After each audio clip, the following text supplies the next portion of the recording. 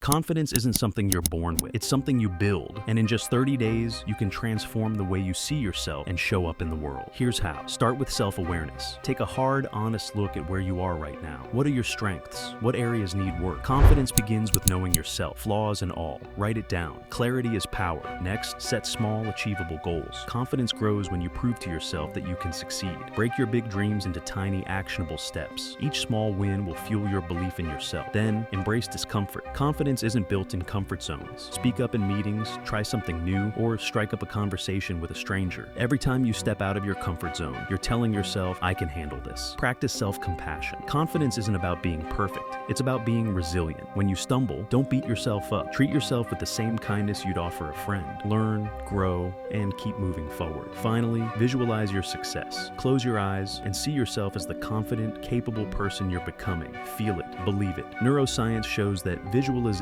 primes your brain for success, making it easier to take action. Confidence isn't magic, it's a skill. And in 30 days, you can build it brick by brick. Start today. You've got this.